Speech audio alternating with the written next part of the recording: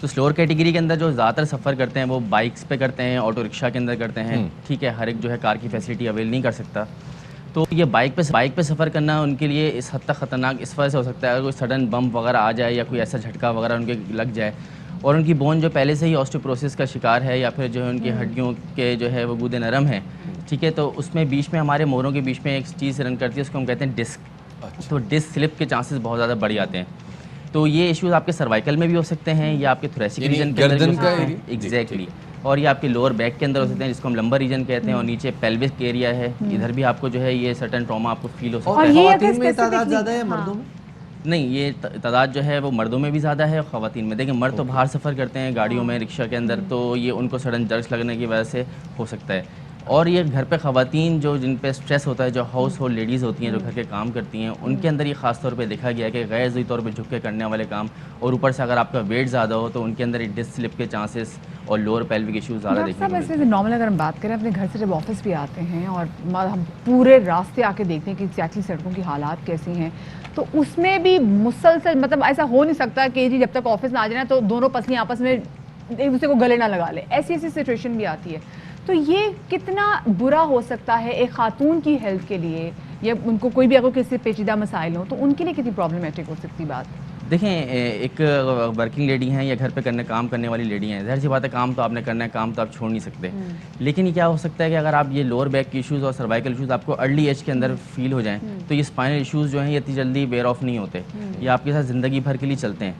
اور پھر جب یہ زندگی بھر کے لیے چلتے ہیں تو پھر ظاہر سی بات ہے آپ کو فائنینشیل ایشوز بھی اس میں فیس کرنے پڑتے ہیں, ساتھ میں آپ کو جو ہے وہ فزیکل ایشوز بھی سیو کرنے پڑتے ہیں. جب فزیکل اور آپ کے پاس فائنینشیل ایشوز ساتھ آ جائیں تو آٹومیٹکلی مینٹل ایشوز بھی آپ کو جو ہے وہ فیس کرنے پڑتے ہیں. تو انسان کی اوور آل زندگی جو ہے اس سے افیکٹ ہو جاتی ہے. کیا کیا جائے بائک پہ چلنے والے افراد اور رکشوں میں سفر کرنے والے افراد جب ان کس قسم کی سڑکوں پہ سفر کرتے ہیں, کیا کریں؟ دیکھیں, بہت ساری چیزیں تو حکومتی اداروں کو یا حکومتی جو ہے دفاتر کو جو ہے وہ فیس کرنے کی یا ایشوز سولو کرنے کی ضرورت ہے. لیکن جہاں تک ان کا سوال ہے تو وہ چیزیں ہم سائڈ پہ رکھتے ہیں. ابھی ہم اپنی طرف سے کیا ایسی ریمیڈیز کر سکتے ہیں جو اس کی طرف سے ہمیں ایشوز جو فیس کرنے پڑ رہے ہیں اس سے ہمیں تھوڑی بہتری آ سکے. دیکھیں, فرسٹ آف آل تو ہم دیکھیں ہم اپنے ہی صحت کے لیے کیا کر رہے ہیں. کیا ہم اپنی جو ڈیلی مارننگ واکس ہیں وہ کر رہے ہیں ایز یوزول یا نہیں کر رہے؟ کیا ہم اپنی فزیکل ہیلتھ کا خیال رکھ رہے ہیں, نہیں رکھ رہے ہیں؟ کیا ہم اپنا ویٹ تو گین نہیں کر رہے, ٹھیک ہے, کیا ہم اپنی بیک کی اسٹریننگ ایکسرسائز کرتے ہیں, کیا ہم اپنے جو ہے لوور لیگس کی اسٹریننگ ایکسرسائز کرتے ہیں, نہیں کرتے, کیونکہ ہمارا ڈیلی روٹین اس طرح کا نہیں رہا. لائف ایک بہت بزی ہو گئی ہے, اسکیجول اتنا بزی ہو گیا کہ آپ کو ان سب چیزوں کے لیے ٹائم نہیں ملتا. آپ نے لاسٹ ایکسرسائز کب کی تھی اپنی زندگی میں؟ میرے خیال میں جب آپ جو ہے اسکول میں تھے تو اسکول میں آپ نے جو ہے یہ ایکسرسائز کو اپنے اسکیجول کیا تھا, ٹھیک ہے, پی ٹی ایکسرسائز ہو گئی, آپ نے جو ہے ہاتھ ہلا لی, وہ کر لیے, فٹنس تھی, کھیل کود تھا. نہ آپ سڑکوں پہ کرکٹ رہی ہے, نہ آپ جو ہے. اچھا ڈاکٹر صاحب, جب بھی آپ نے صبح کی ایکسرسائز کی بات کی تو بہت سارے جو لوگ ہیں جیسے ہم بھی صبح کام پر آتے ہیں تو ہمیں لگتا ہے کہ صبح بڑا مشکل ہوتا ہے, اور خواتین بھی کہتی ہیں صبح میرے بچوں کو تیار کرنا ہوتا ہے, بچوں کی آن لائن کلاسز میں ساتھ بیٹھنا ہوتا ہے, تو کہ صبح ایک پرٹیکولر ٹائم نہیں ہے, آپ دن میں کہیں بھی کنہیں بھی اوقات 20 منٹ کا چاہے ٹائم ہو تو آپ ایکسرسائز کر سکتے ہیں. بالکل ایگزیکٹلی. دیکھیں, ہاف این آور تو آپ نے واک کرنے کا ایک لازمی بنا ہے. برسک واک کریں, تیز واک کریں, ٹھیک ہے, اس سے آپ کے لوور لیگس کی مسل اسٹرینتھ ہوں گے. پھر اس کے بعد ایک جو ہے 15 منٹ کی, خالی 15 منٹ کی جو ہے اگر آپ لوور بیک کی اسٹریننگ ایکسرسائز کر لیں گے تو آپ یہ جو انجریز گڈوں کی وجہ سے پرون ہو رہے ہیں تو اس سے آپ بچنے کے آپ کے کافی چانسز جو ہیں آپ کے برائٹ ہو جائیں گے, ٹھیک ہے. پھر اوپر سے آپ جو ہے اپنی آسٹیوپروسس یا پھر وائٹامن ڈی کی ڈیفیشنسی کو اوور کم کرنے کے لیے اگر آپ پراپرلی سن ٹیک لیں, سن بات لیں, ٹھیک ہے, مطلب صبح کے ٹائم میں, شام میں ٹائم, اب تو دھوپ بھی ٹھنڈی ہے ہمارے پاس, اور سیکنڈلی ملک کا انٹیک اگر آپ صبح شام کے حوالے سے کر لیں. پوسچر کا کتنا مسئلہ ہے کہ جیسے اگر آپ ٹریول کر رہے ہو اور آپ بیڈ پوسچر کے ساتھ بیٹھے ہوں اور کوئی ایسا کوئی بڑا کھڈا سا آتا ہے جس میں جھٹکا آتا ہے, جرک آتا ہے, دیکھیں, لک ایٹ می, میں بھی جس پوسچر میں بیٹھا ہوں میں اپنی بیک کو بالکل اسٹریٹ کر کے بیٹھا ہوں اور فل ٹیک لے کے بیٹھا ہوں, ٹھیک ہے. تو آپ کو اپنی اسپائن کو اسٹریٹ رکھنا ضروری ہے, ٹھیک ہے, شولڈرس کو براڈ اینڈ اسٹرینتھن کرنا اور اپنی بیک کو اسٹریٹ رکھنا یہ بہت ضروری ہے, ٹھیک ہے. اگر آپ اپنی لین فارورڈ کر کے بیٹھیں گے تو آپ کی اسپائن میں ایک کرویچر ڈیولپ ہوگا, ٹھیک ہے, اور وہ کرویچر آپ کو پرون کر سکتا ہے انجریز کے لیے یا پھر سرٹن ڈسک سلپ کے لیے. صحیح, بہت بہت شکریہ جی. اسامہ ضیاء صاحب ہمارے ساتھ موجود تھے اور بتا رہے تھے کہ کس طرح سے اپنی کمر کا خیال رکھ کے, وہ ٹھیک ہے جو سڑکوں کا حال ہے وہ تو ہے, لیکن کمر کا خیال رکھ کے آپ تھوڑا بہت اپنے آپ کو بچا سکتے ہیں. بالکل, اور اس کا خیال رکھنا ضروری بہت ہے. صرف اپنی خوراک کا بھی خیال رکھیں اور اپنی فزیکل ایکٹیویٹی کا بھی خیال رکھیں, اور کوشش کریں کہ ورزش کہیں نہ کہیں اپنے دن میں 20 منٹ اپنی باڈی کو دے دیں. اس کا بھی تو خیال رکھنا نا, مطلب جو ہمیں لے کے لوڈ پھر رہی ہیں. اب ذرا آگے بڑھتے ہیں, ذرا تھوڑا بہت فیشن کے والے سے بات کرتے ہیں. شفاعت, ہمارے ہاں ملک میں جو ہمارا فیشن ہے, ہماری جو کلچر ہے وہ اتنی رچ ہے, اتنی چیزیں آتی ہیں, لیکن ہم سم ہاؤ تبھی ہمارا نوٹس زیادہ ہوتی ہے جب کوئی باہر کے ممالک میں, یا کوئی مطلب جیسے حلیمہ سلطان ہے, انہوں نے جو نام ماتھا پٹی لگائی پورے اپنے اس میں ارطغرل میں, اور لوگوں کو لگا بھئی یہ تو ماتھا پٹی تو حلیمہ کرتی ہیں, بلکہ ایسا نہیں ہے. پاکستان کے صوبہ بلوچستان کی خواتین کا بھی روایتی فیشن ہے. خیبر پختونخوا کا جی یہ صدیوں پرانا فیشن ہے, بلکہ کیا ابھی تک اپ ٹل ویری ریسنٹ جو ہے ماتھا پٹی کا رواج ہے. لیکن ذرا یہ ارطغرل کا جو سیزن ہے نا, اس کے بعد یہ کہ پہلے وہ جو رواج مڈل کلاس تک تھا, اب وہ ذرا پھیل گیا ہے, وہ غریب طبقے میں بھی گیا ہے, وہ اپر کلاس میں بھی گیا ہے. کیا بات ہے جی, ہماری مدیحہ سنبل بھی کسی حلیمہ سلطان سے کم نہیں, بڑی اچھی لگتی مدیحہ. اب ذرا آگے چلتے ہیں جی, پہلے ٹاپ سٹوریز کی جانب چلتے ہیں.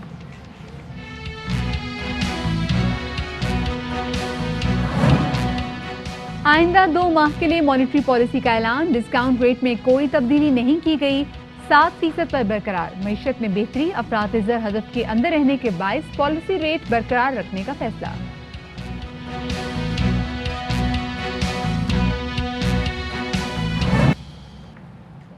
سب سے پہلے ایک اہم خبر شامل کرتے ہیں. وزیر اعلیٰ پنجاب سردار عثمان بزدار سے chairman CPEC authority Asim Saleem Bajwa نے ملاقات کی ہے.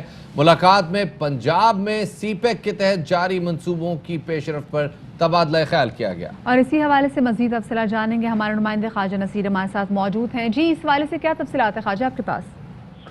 جی بالکل, chairman CPEC authority lieutenant general retired Asim Saleem Bajwa نے وزیر اعلیٰ پنجاب سردار عثمان بزدار سے تفصیلی ملاقات کی. اس ملاقات کے اندر لاہور میں سی پیک اتھارٹی کے تحت چائنا سینٹر قائم کرنے اور چائنا سینٹر کے ذریعے صنعت کاروں کو فیسیلیٹیٹ کرنے کے حوالے پر اصولی طور پہ اتفاق کیا گیا ہے.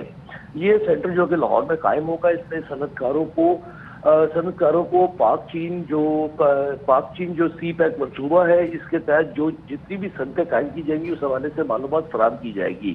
جبکہ اس کے علاوہ زراعت کے شعبے میں سیڈ پر اور بیج پر نئی ریسرچ کے لیے پنجاب حکومت 13,000 ایکڑ اراضی جو ہے وہ پاک چین مختلف پروجیکٹس کے لیے فراہم کرے گی, جہاں پر باقاعدہ طور پہ نئے پھلوں سبزیوں کی جو وہ بیج ہیں ان کے اوپر باقاعدہ طور پہ نئے انوویشن شروع کی جائے گی. جبکہ اس کے ساتھ ساتھ دونوں حکومتی بڑوں کے درمیان اس بات پہ اتفاق رائے پایا گیا کہ پنجاب میں سی پیک اتھارٹی کے ذریعے جتنے بھی پروجیکٹ چل رہے ہیں ان تمام منصوبوں کو گیئر اپ کیا جائے گا, اور ان منصوبوں کے اندر میکسیمم جلد از جلد نتائج جو ہیں ان منصوبوں کے ذریعے حاصل کیے جائیں گے. جی صحیح, بہت شکریہ خواجہ نصیر آپ کا تفصیلات سے آگاہ کرنے کے لیے. اور اب آپ کو بتائیں کہ اسٹیٹ بینک آئندہ 2 مہینے کے لیے مانیٹری پالیسی کا اسٹیٹ بینک نے اعلان کر دیا ہے, جس کے مطابق ڈسکاؤنٹ ریٹ میں کوئی تبدیلی نہیں کی گئی اور بغیر کسی تبدیلی کے ڈسکاؤنٹ ریٹ 7% پر ہی برقرار رہے گا. معیشت میں بہتری, افراط زر ہدف کے اندر رہی ہے, اس وجہ سے پالیسی ریٹ 7% پر قائم ہے. اور رواں برس جب جنوری میں ہم بات کرتے تھے پالیسی ریٹ ہمارا 13.25% پہ تھا, اور وہاں سے گرتے 7% پہ آیا, اور اب 7% پر قائم ہے. اس حوالے سے بات کرنے کے لیے ہمارے ساتھ موجود ہیں جناب وہرا صاحب, جو کہ صدر ہیں Karachi chamber of commerce and industry کے. سر بہت شکریہ ہمیں وقت دینے کے لیے. صرف 7% پر ڈسکاؤنٹ ریٹ قائم ہے, وجہ یہ بتائی جا رہی ہے کہ جی پالیسی ریٹ جو انفلیشن ہے وہ حدود کے اندر ہے, لیکن فوڈ انفلیشن کے جو اعداد و شمار گزشتہ 2-3 مہینے سے سامنے آ رہے ہیں وہ بڑے پریشان کن ہیں. کیا یہ توقع کی جائے کہ یہ پالیسی ریٹ جو ہے یہ مستحکم رہے گا اگلے کچھ آنے والے چند مہینوں میں؟ دیکھیے, مانیٹری پالیسی جو ہوتی ہے وہ بیسیکلی تو سپلائی آف منی کا ایڈجسٹمنٹ ہوتا ہے اکانومی میں, اور یہ جو میجر اسٹیٹ بینک نے لیا ہے بیسیکلی آپ کو پتہ ہے کہ اس وقت ایکسپینشنری پالیسی اسٹیٹ بینک جو ہے وہ از کنٹینیوئنگ, بیکاز کہ اس کو یہ لگتا ہے کہ اس ایکسپینشنری لیکوڈیٹی بڑھانے سے مارکیٹ میں اسٹیبلٹی رہے گی. تو جہاں تک انفلیشن کا تعلق ہے تو اس کا کوئی بہت زیادہ اس ایکسپینشنری پالیسی سے انفلیشن کو کم کرنے میں مدد نہیں ملتی, in fact it is otherwise. لیکن چونکہ ریلیف پیکیجز گورنمنٹ نے دیے اور وہ اکانومی کے لیے بڑے مثبت تھے, اس کی وجہ سے اکانومی میں لیکوڈیٹی بڑھ گئی. اور جہاں تک اس کا تعلق ہے کہ اس کو وہیں پر سٹیبل رکھا ہے انہوں نے جو لاسٹ ریٹ تھا, تو ڈیفینیٹلی ایک کنٹینیوٹی کا جو سینٹیمنٹ ہے وہ کریٹ ہوتا ہے. آپ کو لگتا ہے کہ انڈسٹری جس طرح سے بھی چل رہی ہے اور خاص طور پہ کنسٹرکشن سیکٹر میں ٹیکسٹائل سیکٹر میں بڑی گروتھ آئی ہے گزشتہ چند مہینے کے دوران، خاص طور پہ کووڈ کی وجہ سے کچھ زیادہ فائدہ ہو گیا، اس ڈسکاؤنٹ ریٹ کو جاری رکھنے کا ان انڈسٹریز کو بھی ڈائریکٹلی فائدہ ہوگا؟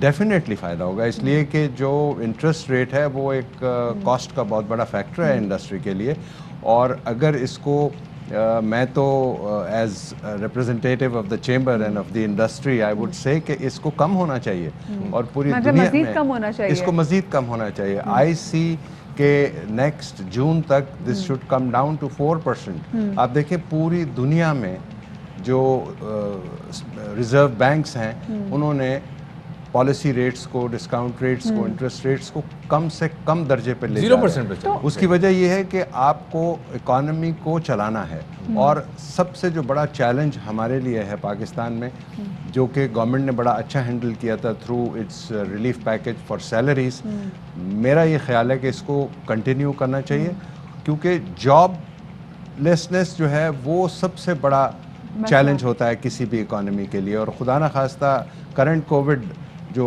آ رہا ہے اور وہ بڑا لیتھل ہے، آپ سب نے دیکھا، آپ لوگ بھی ہم کو بتاتے رہتے ہیں، اے آر وائی تو بہت بتا رہا ہے ہم کو، and very rightly so.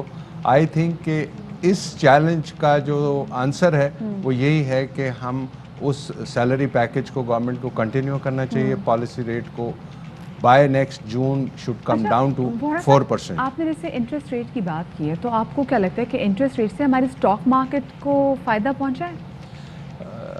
Not directly, لیکن اسٹاک مارکیٹ کو فائدہ نہیں ہوتا۔ دیکھیں بیسیکلی جب انڈسٹری کی کاسٹ کم ہوتی ہے، فائنینشیل کاسٹ، تو اس کی پروفیٹیبلٹی بڑھتی ہے، اس کا پے آؤٹ بڑھتا ہے، تو وہ ریفلیکٹ کرتا ہے اس کی ڈویڈنڈس پر۔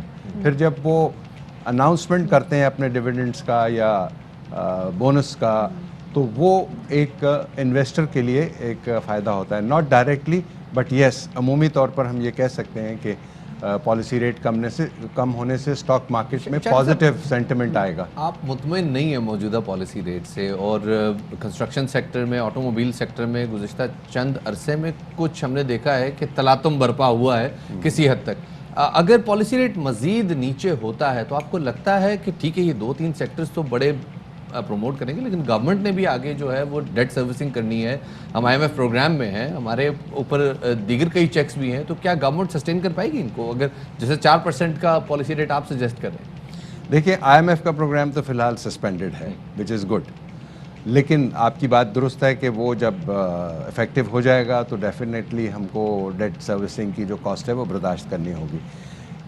انڈسٹری کو ڈائریکٹ فائدہ فسکل میجرز سے ہوتا ہے، مانیٹری میجرز سے کم ہوتا ہے۔ اب گورنمنٹ اس وقت چونکہ ایک ایمرجنسی سچویشن میں ہے اور اکانومی کو سروائیول کے پوائنٹ پر لے کر آ رہی ہے، which is a good strategy in my point of view, this is a very good strategy, اور لیٹر آن ضرورت انڈسٹری اور ایکسپورٹس یہ سارا گروتھ تب آئے گا جب فسکل میجرز ہوں گے، ادر دین مانیٹری پالیسی بھی بہت ساری پروگرام میں ہوتے ہوئے فسکل میجرز کی بات کرنا، ڈیفینیٹلی مانیٹری میجرز اس کے ساتھ آ جاتے ہیں، تھوڑا سا ایک آسان ہاتھ میں بھی ہے فسکل میجرمنٹس خود لینا۔ دیکھیں ہم جس اسٹیٹ آف اکانومی میں ہیں as a country, I believe کہ ہم کو آؤٹ آف باکس سولوشنس پر ضرور جانا چاہیے۔ اس کی وجہ یہ ہے کہ Pakistan I M F program لیتا چلا آ رہا ہے for a very very long period of time, کب تک لیتا رہے گا یہ بھی ابھی کسی کو معلوم نہیں ہے، اور ہماری جو اکانومی ہے وہ آپ کو پتہ ہے کہ کانٹریکشن کی طرف نہیں جانی چاہیے۔ اگر اکانومی کانٹریکشن کی طرف چلی گئی جیسے لاسٹ ایئر گئی تو ڈیفینیٹلی پھر آپ کے جو انلینڈ ریونیوز ہیں وہ کم ہو جائیں گے۔ جب آپ کے انلینڈ ریونیوز کم ہو جائیں گے تو آپ کے پاس ڈیولپمنٹ پروجیکٹس پہ خرچ کرنے کے لیے کچھ نہیں ہوگا۔ تو اکانومی کو ایکسپینڈ کرنے کے لیے فسکل میجرز اینڈ ریگولیٹری رجیم میں سہولت دینے کی ضرورت ہے۔ That's really incredible. Sir, last question and really quick question. بہت ساری انڈسٹریز میں اس وقت آلریڈی ایکٹیویٹی ہو رہی ہے، لیکن ڈالر انفلو بھی کافی زیادہ بڑھ گیا ہے اور 157 پہ ڈپ کرنے کے بعد واپس وہ 160 پہ ہے۔ ایکسپورٹ پہ ہمیں گھبرانے کی ضرورت تو نہیں ہے کیونکہ ڈالر نیچے آیا ہے تو ڈیفینیٹلی ایکسپورٹ والے تھوڑے سے پریشان تو ہوتے ہیں اس سے؟ جی بالکل، ہمارے وزیر اعظم کہتے ہیں گھبرانا نہیں ہے آپ نے، تو آئی تھنک ہم کو بالکل نہیں گھبرانا، we all are with our prime minister. Exports کا جہاں تک تعلق ہے، دیکھیں اس کا over a period of time جو مشاہدہ ہے ہم سب کا کہ اس کو ڈیویلیو کر کے ایکسپورٹ کو ڈائریکٹلی فائدہ ہوا نہیں ہے. ایکسپورٹ تب بڑھے گی جب آپ کی کیپیسٹی بڑھے گی, جب آپ کی سرپلسز ہوں گے اس وقت ایکسپورٹ بڑھے گی. تو میرا یہ خیال ہے کہ ایکسپورٹ بڑھانے کے لیے انڈسٹری کی جب کیپیسٹی جو کہ بڑھ رہی ہے اور جب وہ آن لائن آ جائے گی بائی اینڈ 2021, تو I think real export growth we will see in the first quarter 2022. Real export growth 2022 کے آخر میں فرسٹ کوارٹر میں ایکسپیکٹڈ ہے سر. بہت شکریہ سر. شارق وورا صاحب ہمارے ساتھ صدر KCCI موجود تھے اور بات کر رہے تھے. بڑا ڈفرنٹ ماڈل ہے اور out of the box measures لینے کی ضرورت ہے. اکانومی کو شرنک نہیں ہونا چاہیے, ایکسپینشن کی طرف جانا چاہیے. ڈیولپنگ اور ڈیولپڈ کنٹریز کا انفیکٹ یہی ماڈل رہا ہے. آگے بڑھیں. بالکل شفاعت, آگے بڑھتے ہیں اور اکانومی کو شرنک نہیں ہونے دینا چاہیے. لیکن اب دیکھ رہے ہیں کہ کورونا کی جو سیکنڈ ویو نے ہٹ کیا ہے, تو اب یہ بھی دیکھنا ہے کہ ہم ایسی کیا چیزیں کر سکتے ہیں کہ وہ لوگ جو کہ کورونا کی فرسٹ ویو میں جو بے روزگار ہوئے تھے وہ کہیں زیادہ سفر نہ کریں سیکنڈ ویو میں, اور مزید اور لوگ بے روزگار نہ ہوں. کیونکہ جیسے بھی اسکولز کی ہم نے پالیسی تو دیکھ لی, 26 نومبر سے تعلیمی اداروں کی بندش کا فیصلہ کر لیا گیا ہے.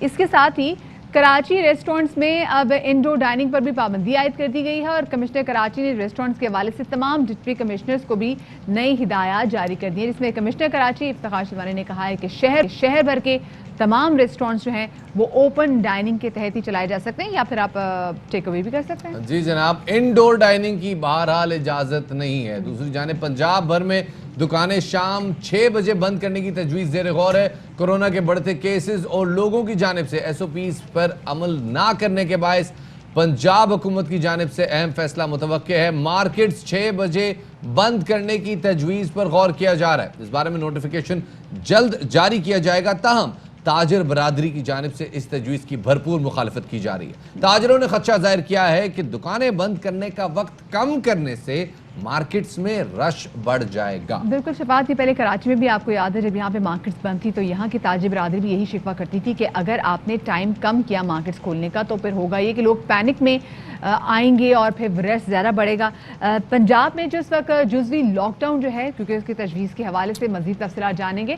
لاہور میں ہمارے ساتھ موجود ہیں ARY نیوز کے نمائندے الماس سے تازہ ترین صورتحال کے حوالے سے جانیں گے. الماس جی بتائیے گا کہ تجویز تو دے دی گئی ہے کہ جی آپ نے 6 بجے تمام تر دکانیں بھی بند کر دینی ہے, شادی ہال سے بھی آلریڈی پابندی لگائی گئی ہے.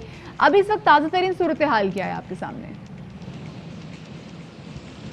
جی ہاں, یہ جیسے جیسے کرونا کی صورتحال مزید ورژن ہوتی جا رہی ہے. آج بھی اگر میں آپ کو بتاؤں پچھلے 24 گھنٹوں کی جو فگر ہمارے پاس آئی ہے وہ 630 نئے کرونا کیسز سامنے آئے ہیں. 630 میں سے سب سے زیادہ جو پنجاب کے شہروں میں سے ہے وہ لاہور ٹاپ پہ ہے.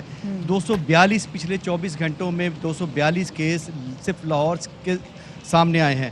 اسی طرح باقی جو شہروں سے ہے وہ بھی راولپنڈی دوسرے نمبر پہ ہے. آپ نے جو بات کی جزوی لاک ڈاؤن تو ہے لاہور میں, اسمارٹ لاک ڈاؤن ہے.